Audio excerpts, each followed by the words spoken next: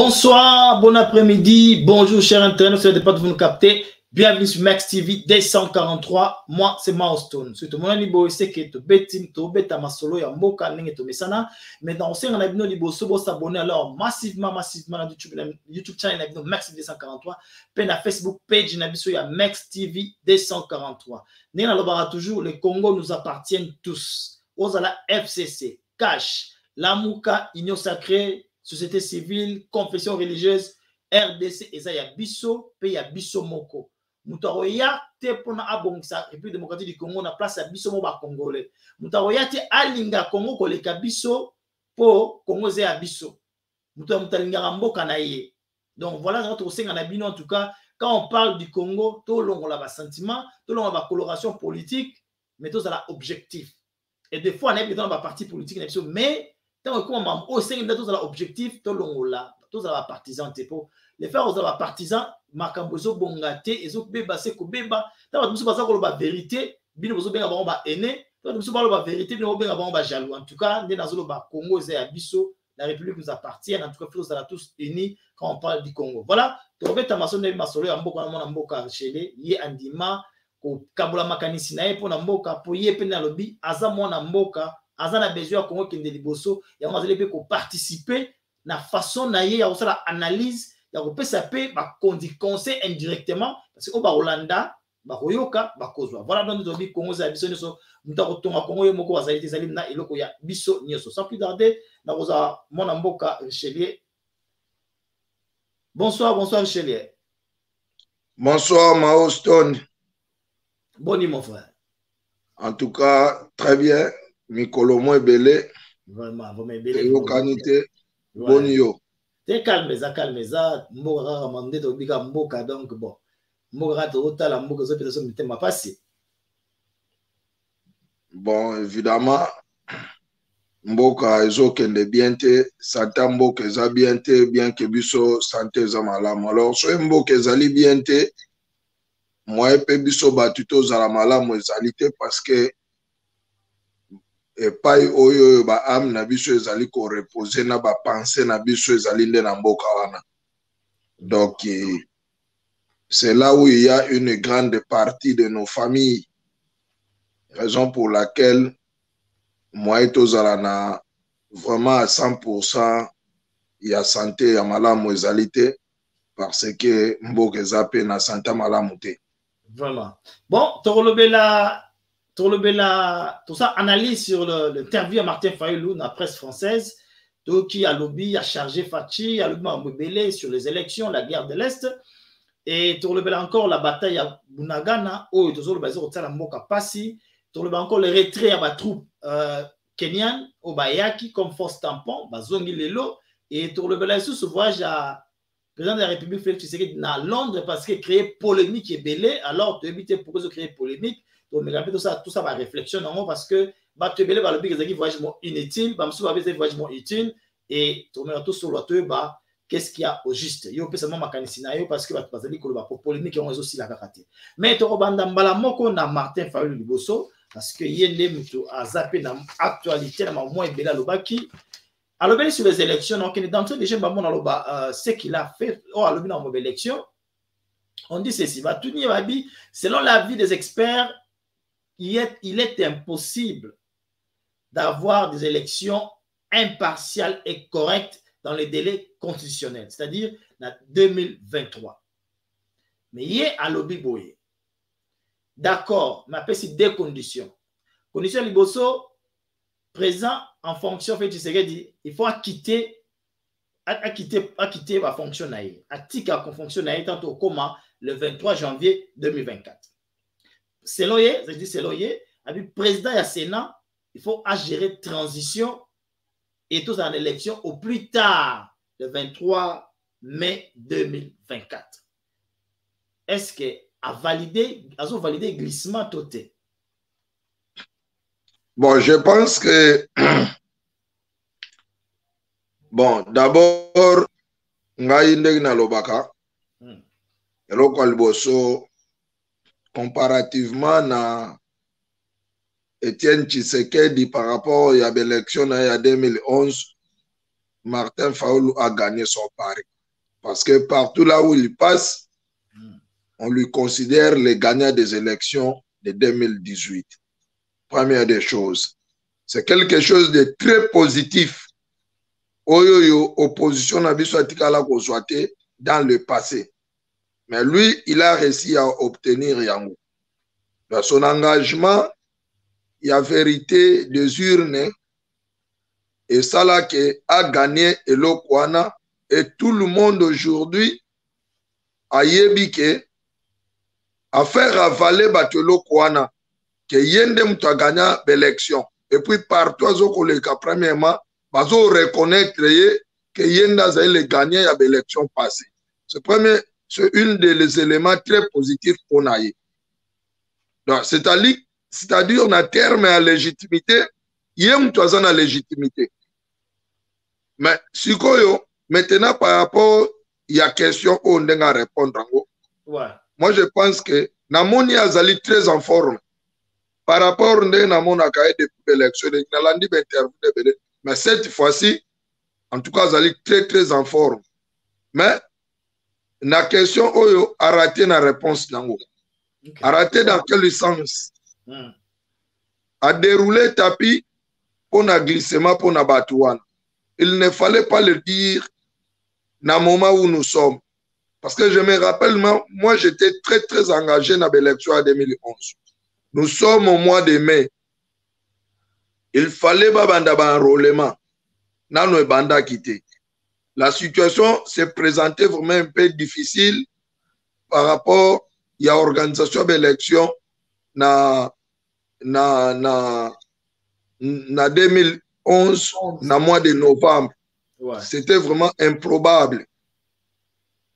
Alors, il y a eu une réunion qui s'est tenue dans l'ambassade de la Suisse, na Kine. Et il y a eu l'opposition composée autour d'Etienne Tshisekedi paix à Salaka, plus un ambassadeur. À l'époque là, Babandé ko soutenir l'opposition. Il y a eu une proposition que va accepter glissement moko prolongation à une année. Il y a l'élection et opposition à côté d'un gouvernement à sa primature comme ça va organiser l'élection ensemble na kati. Opposition pandimaki bakei 3 jours plus tard Etienne Tshisekedi azongi sima komi lettre yebsi ba onke non alingi susu voix wanate. Il faut revoir ango bakende kana ba élection na mois de novembre. Et je pense que na mois de novembre wana l'élection salamaka toujours bambongu ba dispositif nyonso salamaki bien que ezalaki ndengi oyoyo souhait ezalaka te chaque fois l'élection na biso ezala toujours na ba irrégularité moko quelque part, mais si au moins 80% ou 70% de l'élection l'équipe bien, il faut avancer parce que oyo ekozala 4e élection ezokozala tenir na pays na biso, nous sommes encore loin pour comme parfait. Ouais. Alors par rapport à temps au etikali tozali soko comparé na 2011 le lot tozali na plus de 12 mois au etikali biso pour une organisation d'élection, au moins 14 mois si je ne me trompe pas ou 13 mois. Ouais. Donc comparé à 2011 toza encore na temps d'élection salama. Donc il ne fallait pas payer sa bango fenêtre wana pour base de la raison.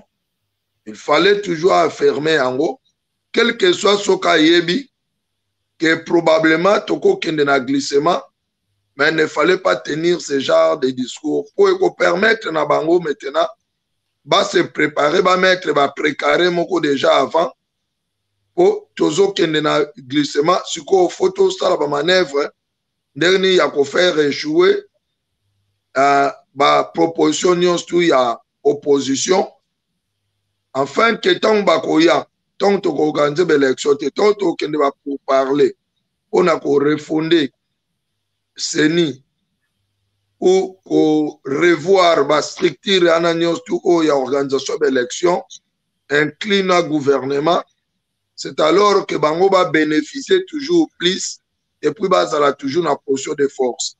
Yango sikoyo mabe sikoyo ezali yangwana. Mais ye alobaki yango avec sa bonne foi. Avec sa bonne foi nde azoko loba bongo parce que azoko mona déjà nde makambo ezoko kende. Azoko mona déjà risque wana ezali. Ce n'est pas que na makanisi na ye azomona dialogue, partage à pouvoir pour que ça rompe temps, se faire une bonne santé financièrement avant qu'il y ait l'élection. Peut-être que makanisi na yamwana, on a besoin de partage à pouvoir. Bon, je ne pense pas parce que au moni l'expérience est là. Moi, si par exemple nazala qui conseiller na ye, na yebsa loba sous loko anate. A proposant au société, il faut aluka korojango na ba interview o ezokoya a kanga fenêtre wana a insister élection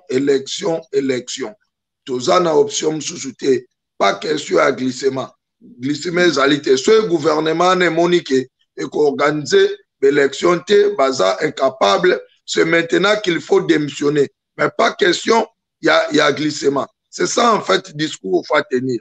Ce que le président, c'est maintenant, il faut démissionner et le gouvernement doit démissionner maintenant parce que va quitter sur tous les fronts. C'est alors que maintenant, ça nous reste 12 mois, qui au moins, on sera capable, il y a qu'organiser le gouvernement, il y a transition pendant ces 12 mois au Etikali pour permettre d'organiser l'élection dans le délai constitutionnel. Voilà. Discours il faut tenir. Mais ceux qui t'ont dit gouvernement, t'ont dit Denis Kadima dit que l'élection est gozala, coûte que coûte l'élection gozala en 2023, il n'y aura pas de glissement. Mais évidemment, raison pour laquelle il faut qu'on tique à la gare un discours ou une élection pour Denis Kadima promet aussi que l'élection est gozala dans délai constitutionnel. Mais c'est pas bien qu'il y a un promettre bongo, ouais. Il y a eu un groupe d'experts au Baïta récemment, bien que tu annonces la émission, que déjà c'est mal parti par rapport à l'organisation de l'élection. Et ils ne croient même pas que l'élection est organisée dans le délai constitutionnel. Ils ont regardé par rapport à l'élection passée, ce qui a été fait na Basseni ou Ewita Koleka, na par rapport à Ndengi Bango va évoluer jusqu'à présent, Bango va en arrêter à Ramakas. C'est ça le problème. Ok, mais que c'est comme s'il y a une contradiction dans le langage, dans la prise de position, il y a Martin Fayulu, parce qu'il accepte Denis Kadima Lelo. Mais à ce moment, il y a composition et bureau. Auparavant, à Boya qui Denis Kadima, à Boya qui tout le monde. Mais le lot est commis en demi Denis Kadima, mais composition, bah, membre wana, aza d'accord na bangote. Il parle de contradiction en contradiction. Il avait dit ce n'est pas lui, mais Monseigneur Utumbe. Yeah. Oui, il a dit ce n'était pas lui, mais il a cité, c'était Monseigneur Utumbe, Ayebisakiye, Alobaki, que va accepter Kadima, mais le reste, il faut pas revoir, parce que au moni na ndengi ya loi, ya structure wana ya seni ndenge zaleli, par rapport ya ba loi électorale na biso ndenge zali fait, Muto oyo a publié à la élection, ou vraiment à tenir clé. Ezali, secrétaire général. Directeur technique, je pense. Ouais. Yasseni. Ouais. Yende Moutou, secrétariat technique, Moutou de tenir clé. Il y a publication de résultats. Donc, président Zaka Ganeti, coordinateur, il y a l'élection. Mais Moutou Azali na clé. Azali secrétaire technique yana, si je ne me trompe pas. Secrétariat technique ya. Secrétariat technique yé mutuazo détenir clé. C'est alors que il faut que l'on l'aille et puis il faut que l'on la bateau msusu oyoyo bazali na ba position moko stratégique na kata seni ko revoir ba. C'est ça en fait le kwa lobaki. Or ezali pe mabete soki par exemple botindi mutu na bino kuna de bonne foi. C'est alors que, parce que voir même l'église catholique abandonne un secrétariat technique, il y a une société civile abandonne. Alors, si on va réussir, que va rouler, peut-être que l'élection vous allez un peu bien. Voilà. Mais si non, c'est comme si derrière Makanisinae, il y a vraiment besoin de dialogue parce qu'il trouve que non, on est dans la conception, il trouve que non, c'est comme si on va prêter parce qu'il dit ceci. Alors, pour une élection transparente, c'est pourquoi j'ai dit des contradictions. Pour une élection transparente, il faut tout ça la recomposition. Il y a CENI, recomposition, il y a cour constitutionnelle, et que la société civile, la MOUCA, FCC, Union Sacrée, fan autour d'une table. Donc voilà dans ce cas dialogue. Et depuis qu'il y a dialogue, même si on a partage à pouvoir, partage à CENI, partage à cour constitutionnelle. Donc on a des élections en 2023. Mais évidemment, situation n'engezali actuellement na Congo, par exemple. Ezalaki malamu, peut-être, tant coalition ezalaki entre FCC na cash. Ezalaki moi, balance à pouvoir moko ezalaki wana, bien que bango nyonso ba maître azalaki Kabila. Mais à chaque fois, et là, malamu, et puis très intéressant, que Babanda ko repartir toujours dans la négociation, à chaque fois pour avancer. Et ça permettait balancement ya pouvoir et zala na kati wana, et zo se créé au monde que mi yibi, alinga ate ba yibae. On a Babanda ko se tirer na babilamba, mutozo ko avancer te. Ça permettait que bisonyo surtout comprendre makambo ebele. Mais aujourd'hui, avec l'effondrement, il y a FCC. C'est alors que Tika vacuum Mokoana, au bango va remplir on a na bango. Alors, par rapport à la cour constitutionnelle, bisogno surtout que la cour constitutionnelle, la nomination salama kuna de manière illégale, na violation de la constitution. Il y a peut-être à déplorer qu'il fallait réviser en haut pour beaucoup de ne plus l'élection parce que cour constitutionnelle mouta programme l'élection na second degré. Donc, ce qui s'est à proclamer cour constitutionnelle, il faut confirmer. Il faut s'assurer que cour constitutionnelle wana est à la neutre. Voilà. Mais cour constitutionnelle est à la neutre parce que chef de l'État, il y a toujours qu'on nomme Batouana ou Nakati. Donc, bon, anyway. Donc, allez-y.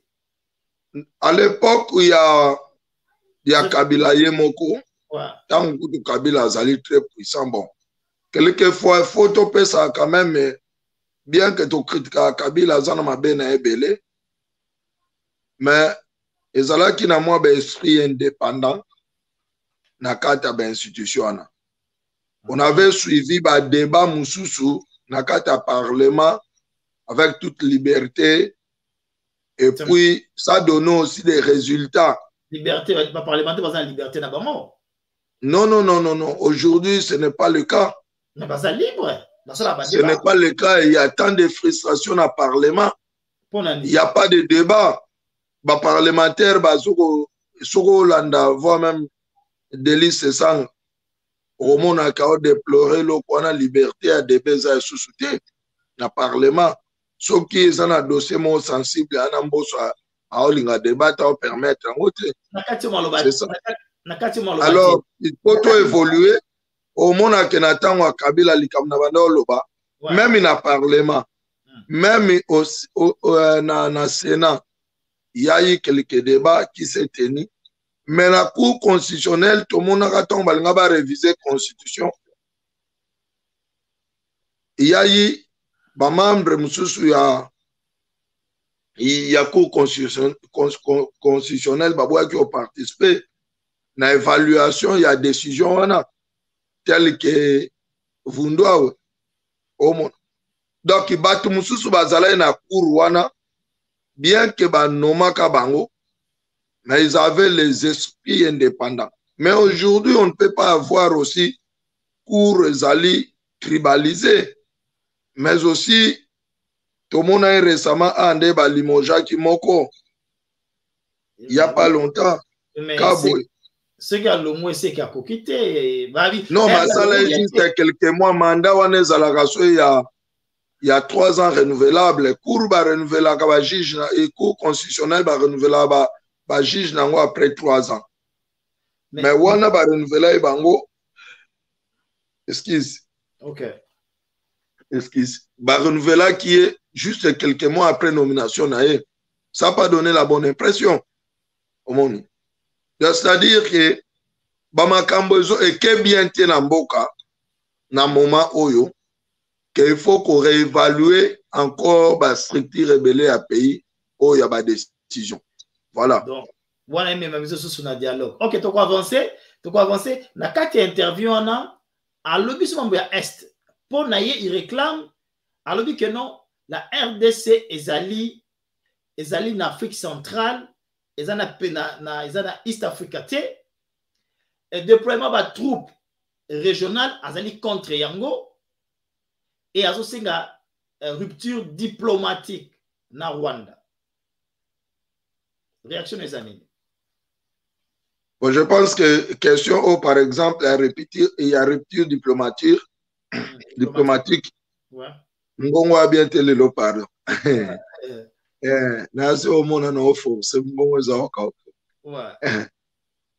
En fait, pour la rupture diplomatique, la fois dernière émission na biso à Souka, je pense. Ouais. Tu parles qu'il y a un discours, il y a président des Nations Unies. Ouais.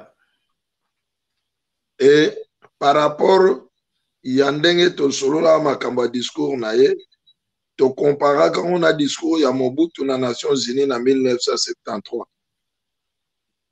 C'est alors que Naloba Kinayo, après le discours, il y a Mobutu wana. Mobutu a ça qui rupture diplomatique na Israël. Bien qu'à cette époque-là, Israël est toujours un pays moko puissant et allié. Il y a Mobutu, il y a Zaïre à l'époque. Il y a Mobutu a kataka relation pour nako pesa essence na discours nae. C'est alors que par rapport, il y a discours récemment il y a chef de l'État et puis position au Martin Fayulu Azui. Moi, je pense que ça juste une réponse par rapport à tant tenir discours répétitif que Rwanda a agressé Bisso. Le M23 est allé rébellion. C'est l'armée rwandaise. Alors, comment on peut comprendre que le pays Oyo Azoko a agressé Bisso to maintenir relations diplomatiques na bango? C'est en sens té. Yo mutoya kabeta ka mwasi na yo chaque jour, mais yo kenda komela na masanga. Yep sanga yo ko expliquer on a batundenge nini chaque poko yo bimana garçona voisin na bino okenda komela na masanga na bar. Mais chaque fois aya kata devant toi abeti mwasi na abeti bana na yo. Suko na bata carte est-ce que boya so kabula makambwana bolo webo sala baje. Mais il y a un problème toi en face aujourd'hui. Tel que tu veux maintenir relations diplomatiques na Rwanda. Et Rwanda zoko tinda ba armée na Congo. En violation. Il y a droit international union so. Même ina Monisco oyo azali wana azoko yeba sous lo kwa salate azoko kakoloba te parce que mon abiso to sala baje. Si réellement makambo est assuré, l'accusation n'a pas été livrée et pas babandela que la rupture diplomatique. Et tout le monde à chaque, même Nathan Amouze Laurent Kabila, même na tango wa Kabila oyo awiti kolongwa Kabila tozaka sous ambassadeur na Rwanda te. Mais ce que réaction quand il dit ceci na kati molobate réaction quand il dit Tshisekedi et Kagame sont ensemble. Azo chargé trop. Mais ako chargé tendenge nini comportement na bango moko ezali kofunda bango. Omoni soko longi ba chargé te na witi opeso exemple awa. Yeah. Yo zana ami moko bokinda kumelane masanga chaque poko. Mais en même temps ayaka kobeta mwasi na yo. Olobake lokote na bana na yo.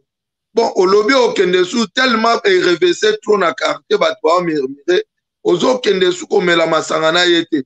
Mazo continuer koyaka kobeta mwasi no. Mais yo sikoyo voisin ngo achamwa boutique na epe na lopangu na yo. Mais il faut boucler la boutique na ye. O tardete. O tiki a futela toujours boutique na lopangu na yo. Pendant ce temps, abeta ka mwasi na yo. Abeta ka bana na yo. Mais non. Quel que soit ce qu'on manque, bon, mieux vola l'anzal. Il faut bengana ya alongola ame ma boutique na ye. Mais alors, situation c'est quoi sur le terrain ça n'est na Bunagana. Situation ça n'est sur le terrain. Bon, situation aujourd'hui par rapport à l'information on a moni. Et ça que retour ville Koyaki na Butu. Donc après Kiwanja, retour ville na Kiwanja Koyi. Aujourd'hui cet après-midi, va faire des va vider na camp ya Rumangabu. Donc ba M23 bazoko avancer na bango sans résistance. Et ba soda na biso ba kimi dans Rumangabo ezali à 40 km ya ville à Goma.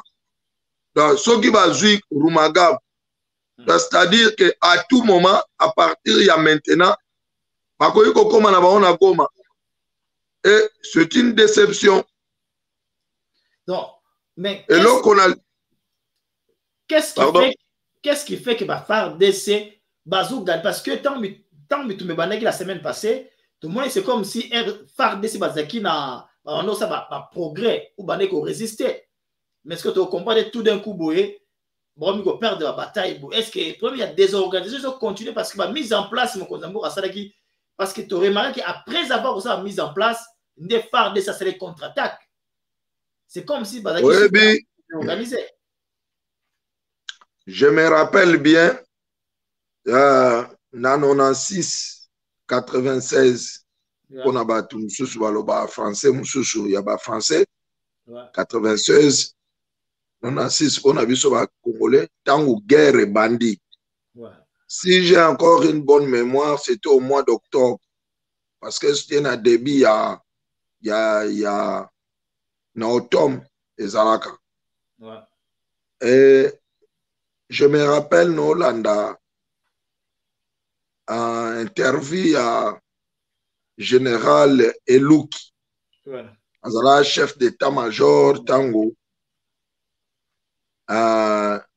Rebellion Bandaki, et puis ville à Liboso Koyaka, et Zalaka ville où ils ont la frontière na Uvira.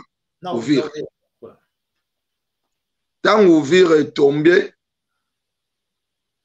général Elouki azalaki na front aye kozonga awite na asi Goma ou bien bakota front kuna baotuna esiko depuis Villa Goma na RFI alobi ke non awa batindel biso biloko ya kolia batindel biso ba médicament d'accord eza malamu mais soda abunda na médicament te abunda pe na biloko ya kolia te abunda kande na minduki tozande na poso ya minduki ozo correspondre na bitumba oyoyo poto bunda yango nde ezanga biso sikope yango nde ezanga et c'est le même problème depuis makambo oyo banda tango Mobutu ti lelo tozaka na même problème tozana défaillance na armée na biso surtout côté logistique.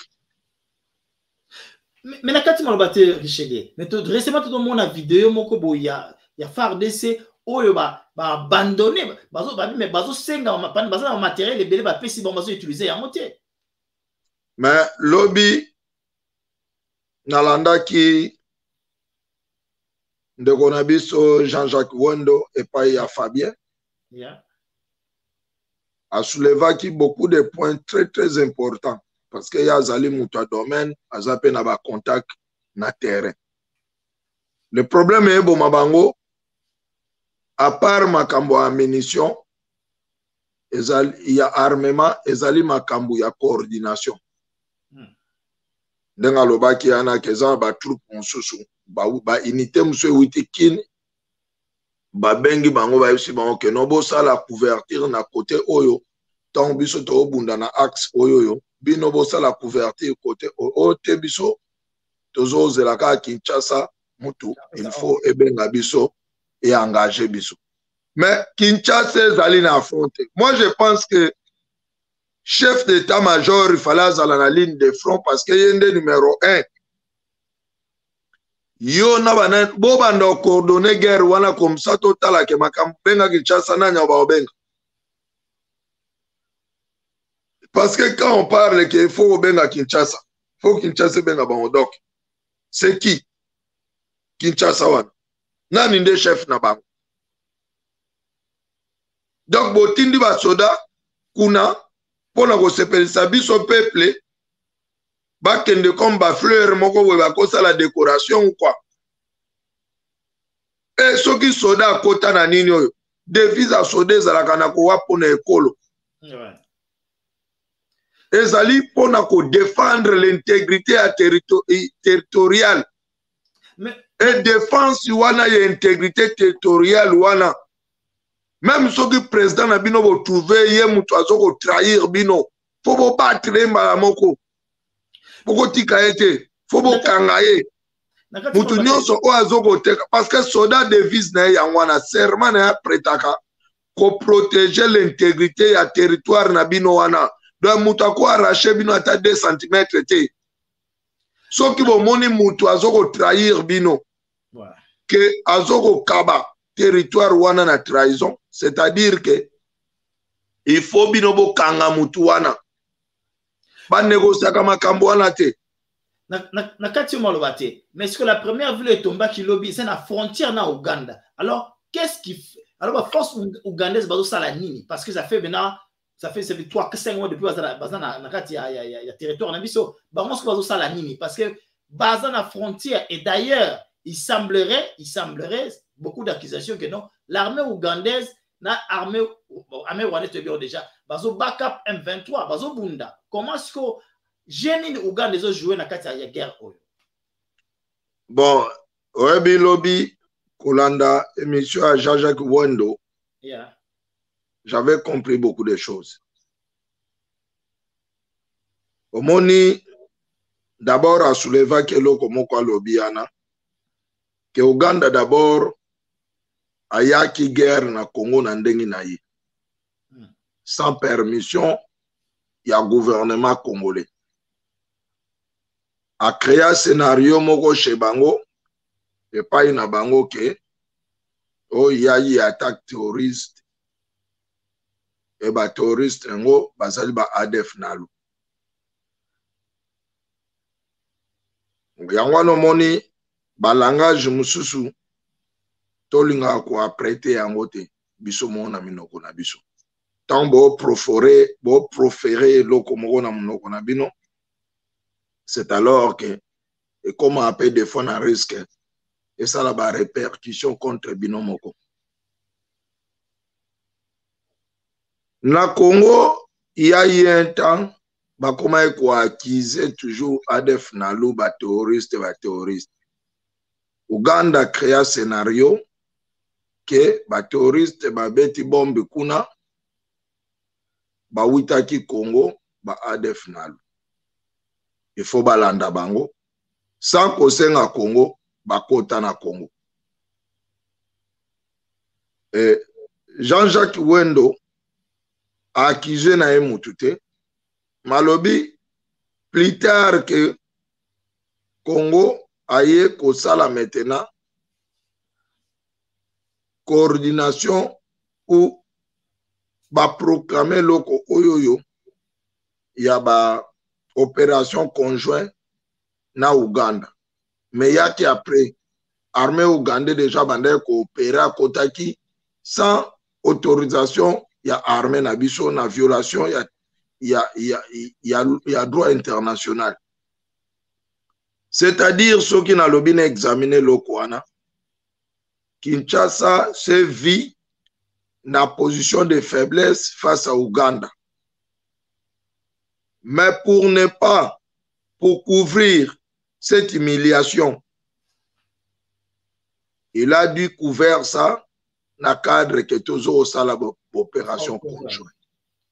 C'est comme si Kinshasa a négocié na Ouganda que tout bien en opération conjointe. Mais par ailleurs, Jean-Jacques Wendo a zogoloba que l'opération n'est pas nango babundakate. Mais bazoko protéger nde banzela na bango bazoko tonga. Et puis ko créer couloir pour acheminer ba minéraux na Uganda. Mais tout le monde a un rapport rebelle va dire que non, phare opération conjointe FARDC UDPF maté groupe rebelle boy maté mais est-ce que ça va le coûter? Bon, ngai nazoko lobaka par rapport ya muto az expert militaire azana ba contact pour na terrain. Ouais. Azoko relater biso o na connaissance na ye. Connaissance na mais ça reste on est la vérité na ye aussi. Tout beau ça na té. Bon, en fait, je ne vois pas pourquoi Goya Gokosa, parce que comme un article, comme un livre, nako bengango ke académiquement parlant, on appelle ça biso lobby, ezali moi quelques infos par rapport à la recherche scientifique naie. Que lobby a koyi kokoma yango et komi na kati ya livre, c'est-à-dire komi considéré ndenge makamu nyoto. Mais si on évolution makambuana, tel que Uganda a comment coopérer na Congo, sans aval ya Congo, Rwanda aussi a tali yé pas au tigara simate. Moi je pense que Yangwana va recréer M23 parce que je ne pouvais pas comprendre une organisation rebelle où ils allaient demi depuis 2013. Et Bunga et Zalakali Sousouté. Aujourd'hui, qu'elle ne peut réapparaître en force. Na relancé Mouké. Pour dire que non, Rwanda, Ouganda, va aller ensemble. Mais évidemment, va aller ensemble. Oyo quitté d'après armée Nabiso, na société civile Nabiso, surtout na Yokaki, Bazoko expliquer que pour ville wana ya ouais quoi qui avant ouais c'est la frontière na Mungenga Mungenga pourquoi il fallait renfort il y a 2 bataillons ougandais n'a pas plus de 400 troupes rwandaises bah il y a un renfort encore pour faire reculer ba FARDC au monde. Mais alors, on a un point Yasuka pour tout le cas Yasuka. Mais alors, pourquoi toujours rompre on a que ça yoté toujours sa réflexion.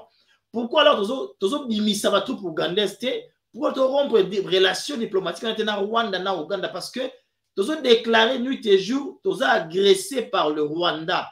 Armée comme les autres que non Ouganda zo backup M23. Alors, qu'est-ce que le gouvernement attend pour n'avoir rompre la relation de coalition na Ouganda? Est-ce qu'il y a des avantages na biso to et sa situation ça comment avant de gagner Jasuka? D'accord, d'abord depuis le début il y a une opération conjointe en Ouganda. Moi je pense que la majorité des intellectuels congolais et congolaises bazala qui d'accord pour l'opération. Et voir même Batebele dans les réseaux sociaux, même la société civile congolaise, ils sont d'accord dans l'opération. Et mais le gouvernement Nabiso a préféré le faire. C'est là où il y a des problèmes. Mais si tout ça, tout ça. Non, mais d'abord, Moutouana déjà Azali mal vu, voire même à niveau de la communauté internationale. Aujourd'hui, moi, comme Nabiso, Batebele Baolinga Okotangote, Tozo Monaneti que non, communauté internationale nous a abandonnés. Mais par rapport à comportement Nabiso, Ouganda déjà dans un rapport nyonso, ezala pays moko, ezala déjà na Congo na liste noire. Pourquoi qu'on permettre de sous-souter Moutoyo aza na page noire na pays nabino aya coopérer encore kuna. Mais on a beaucoup de voisins. Ceux qui balinga ba sala opération kuna. Toka pe ko benga sata ba angolais ba ye non. Toka pe ko benga so to lingaki. Ata Congo Brazzaville o to lobana ba on pe langue moko même tina armée. Boko ko ya soki toza ba élément suffisant pour mener l'opération. Moi, je pense qu'il fallait aussi l'appel, voire même na Congo Brazzaville, appeler ça biso quelques unités. Pour soutenir biso. Parce que pour au moins tozali na facilité pour tolobara d'abord ba langue moko partout tozali peuple moko. C'est pareil en Angola. Soko ken Angola na armée na bango.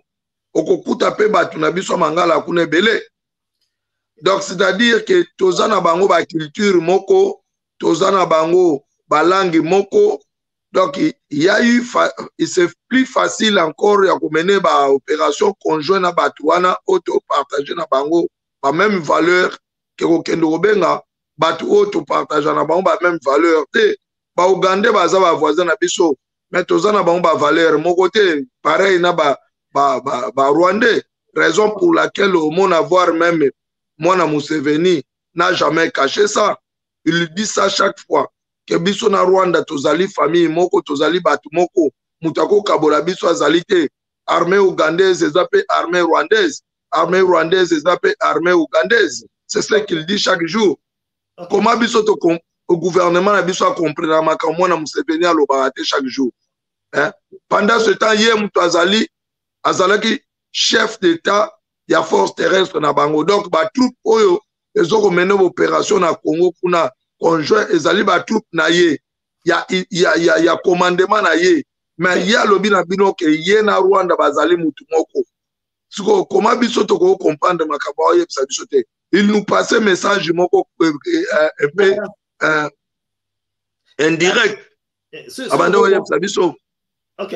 Parce que la situation sur le terrain qui évolue, la dossier lundi comme ça, parce que tout a une évolution, la situation qui est sur le terrain, allons en large parce que chaque jour, il y a une évolution, chaque jour comme ça, donc il est rapidement parce qu'on a 2-3 minutes, si je n'ai pas souka, parce que nous avons une bande voyage, j'ai fait, tu sais que dans l'Angleterre, était polémique makasi. Mais comment journal et Lima? Il y a Angleterre, mais je ne pense pas que c'est un journal de Lima. Et bien ici, Félix Tshisekedi, ailleurs, il n'y avait aucun président Kakaï Moko. Pourquoi il créait polémique? Polémique, on peut seulement 2 minutes pour balayer une fois. Comme ça, aussi ça. Avantage, désavantage, non, c'est quoi on a 4 balayer en cas de 2 minutes comme ça, aussi ça. Au monde, États-Unis, ezali pays oyo le numéro 1 à Mokili. Les pays les plus puissants. Mais le président Nangwazala n'a pas chaque jour. Iran est un pays où est très conflictuel. Le président Nangwa voyage à chaque fois. Ce que l'on observe dans Mukili, je pense que le président Nabiso est le président où voyage à le président Nyosto Mukili. Et n'a évité pourquoi à voyage à Bongo. Et il gagne quoi dans tout ça? Na yebite. Ba conseiller na ba yebisaka nini? Na yebite. Parce que na position au mboka na biso ezali, j'étais à sa place. Na kotika la souko voyage à raté. Même na Kinshasa na pona déplacer peut-être pona kende na ba zone de guerre.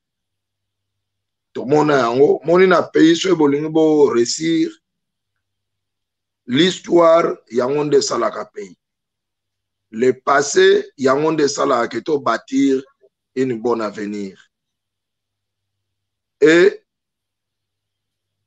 Mobutu tango a guerre ya 80 jours a se déménagea de Kinshasa kenda ofanda na Lubumbashi na kati ya camp militaire yango pa banda kofanda. Pourquoi? Pour renforcer morale ya ba troupe, pour renforcer, ko fortifier armée ou banda ko bunda ko mener opération, mais en même temps pour y moko veiller que ba troupe na ba information ou azo ko réussir et landaka na Kinshasa te et comme la kiana na zéro na quelques minutes ben évolution c'est-à-dire que moi je pense que ils ont erreur de la part du chef de l'État. Il a passé beaucoup de temps dans le voyage. Bambongwana et quoi qu'on contribuer dans l'effort de guerre ou bas dépenses dans le voyage. Point Charles Ayambie, ils allaient dans un avantage na bisote ba Congolais. Au monaki, Point Charles Aouté Koyamba, premier chef de l'État, Ezalaki Ali Bongo ya Gabon. Et je pense que dans la même optique, Nde Ayamba qui paye le sous chef de l'État congolais. Point Charles, depuis Kala, il s'est fait l'ami de l'environnement. Et à Salaba, campagne belée sur l'environnement. C'est alors que c'est alors qu'Abanda déjà projet moko na depuis sommet Oewita koleka ya COP ya environnement na nini na Glasgow alors aolinga basilisa yango na Égypte. Normalement il y a un débat où tu awawa soka kende toi kende te et ba pays où ya bassin du Congo ezali Gabon, Congo Brazzaville na Congo na biso. Comme Ayamba qui déjà président gabonais pour bango ba déjà à Commonwealth, Ayamba qui est boso pour ba soutenir ba projet na Ewane Simba. C'est alors que au la biso pas aller des passages à Londres, je pense à profiter qui peut pour Ayamba pour na akoka ko soutenir projet na e Simba na rendez-vous au ya Bazana prochainement en Égypte à bientôt dans quelques mois. Mais souci Ezali. On a quelques 10 secondes pour conclure. Non, conclure.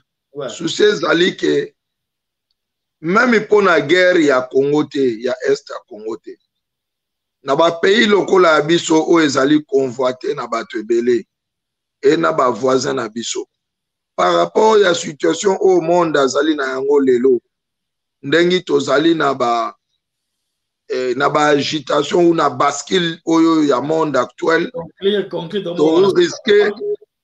toujours risqué to kende na guerre mondiale. Donc on devrait aussi nous doter na armement ou éco permettre biso to tenir en face de nos voisins et c'est le moment que pays na biso quoi se doter na armes ou ezali moderne pour permettre biso to résister contre ba voisins na biso au ba envier pays na biso parce que cette guerre mondiale est déclenchée le lot on risque à perdre voire même pas frontière na biso belé. Voilà et l'eau qu'on a conclure na. OK, merci en tout cas, merci na participation parce que na bi to ramasser rapidement dossier ya Félix Awa mais toujours prochainement on peut se monter belé certains éléments qu'on couper ça les lots pour couper ça. En tout cas, merci na lumière apporté sur ma propos il y a Martin Fayulu paye la update au Salibiso sur la situation à l'est et encore vision dans l'ensemble de ma proposition. Je pense que la biso de Toba qui Congo et Abiso Nyoso mutu azana doit quoi apporter un plus na contribution parce que tout le monde est aussi mbatté, autour recueilli, le bureau de sous de quoi, en tout cas, ça prouve que non, quelque part, ça ne marche pas. Donc voilà, tu as prochainement parce que dossier que situation sur le terrain qui évolue, mais pas d'une façon positive pour Nabiso, malheureusement, mais tu as tout le bilan parce que peut-être dans tant que tu as le baboué, continuer à et ça pourra aussi te éviter de toucher de diriger Mboka et en tout cas, il faut de plus merci pour la contribution et merci pour la disponibilité. Merci beaucoup, Maoston. On a tout une prochainement. Merci. Merci beaucoup. Prochainement. Next time. Bye bye.